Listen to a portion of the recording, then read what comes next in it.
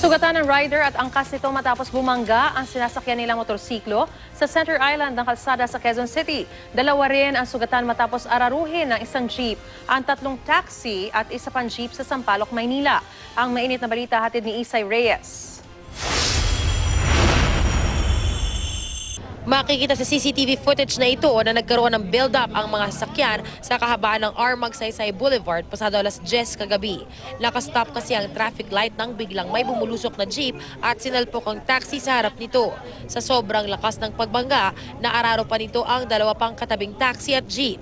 Depensa ng driver ng jeep na si Norberto Alinsalorin na walan daw siya ng preno.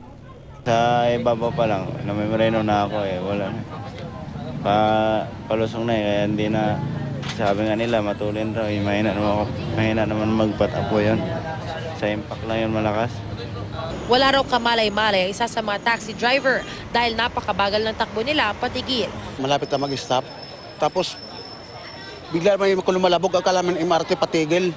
Yun, nagulat na ako na binangga din yung likod. Ayon kay Norberto, nakadalawang biyahe na siya at wala naman daw siyang aberya sa preno. Ginagawa kasi yan kanina. Baka back job siguro yung naggagawa. Baka sira pa rin yung vacuum. Pero ayon sa isang pasahero, sa Pasig pa lang, masyado nang mabilis ang takbo ng jeep. Mabilis na talaga siya.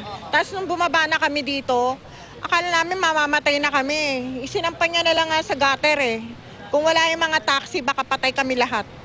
Dalawa ang nasugatan sa insidente. Maharap sa kasong reckless imprudence resulting to damage to property and multiple physical injuries ang driver ng jeep.